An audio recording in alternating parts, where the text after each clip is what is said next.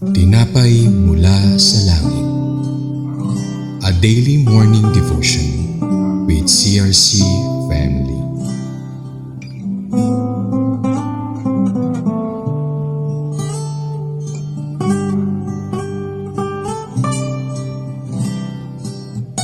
Isang mapagpalang umaga po sa ating lahat. Muli, salamat po sa patuloy niyong pagsama sa amin tuwing 5:30 ng umaga sa pagninilay ng salita ng Diyos dito sa Tinapay Mula sa Langit. Simulan po natin sa prayer. Let us pray. Dakilang Diyos Ama namin sa langit, papuri po sa iyo. Purihin ka po sa kagandahan ng iyong kabanalan. Panginoon, pangunahan mo po kami sa pag-aaral ng iyong banal na salita at nawa ito ay magbigay sa amin ng paalala. In the mighty name of Jesus, Amen.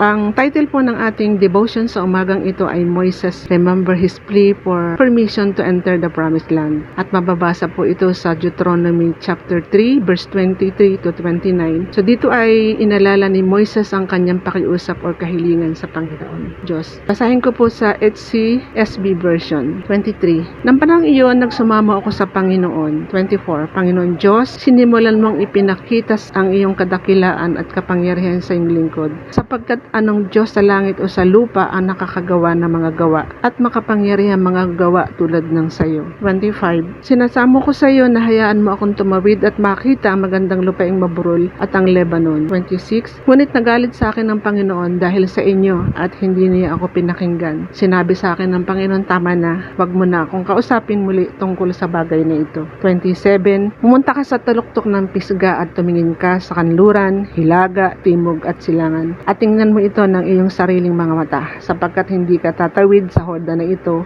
Verse 28, ngunit atasan mo si Josue at palakasin ang loob at palakasin mo siya, sapagkat siya ay tatawid na mauna sa bayan at pahihintulutan silang manahin ng lupaing ito na iyong makikita. 29, sa gayon natili tayo sa libis sa tapat ng Betpeor. So ano po ang nais ituro o ipaalala sa atin ng kabanatang ito sa panahon natin? So hindi nakapasok si Moises sa lupaing pangako dahil sa pagsuway. Sa Numbers chapter 20 verse 8 to 12 po, ito mababasa. Sabi po doon ng Panginoong Diyos kay Moises, kausapin mo ang bato upang lumabas ang tubig. Ngunit sa galit po ni Moises sa mga tao dahil nga puro reklamo sila, hinampas ng 2 beses. So basahin nyo na lang po sa Numbers chapter 20 verse 8 to 12 ang kabuuan. So ipinaalala na yun nga po, magkaroon nga ng mahabang pasensya, pangmula obedience, maging masunurin, gaya nga ni Eva at Adan nang nag-disobey din sila, diba? Number 2 po, disiplina. Dinisiplina ng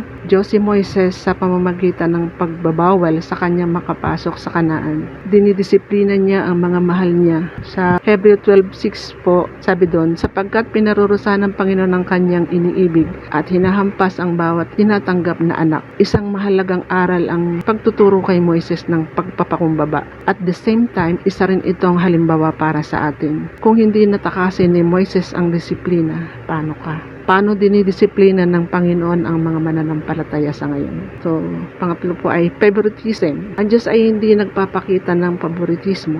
Ang Diyos ay makatarungan. Hindi nakatakas si Moises sa paghatol ng Diyos dahil lamang sa kanyang katayuan bilang pinuno. Kasalanan ay kasalanan. Kahit sino pa ang gumawa nito, lagi nating tandaan ang Diyos ang nasa trono. Siya ang nagtatakda ng mga pamantayan. Walang sino man ang nasa itaas o nasa itaas niya. Sa John 15:5 po, sabi dito, kapag hiwalay tayo sa Kanya, wala tayong magagawa. So tinanggihan ang hiling ni Moises, ipinapaalala sa atin dito na hindi laging ibinibigay ng Diyos ang ating hinihiling sa panalangin. Minsan ang tugon niya ay hindi.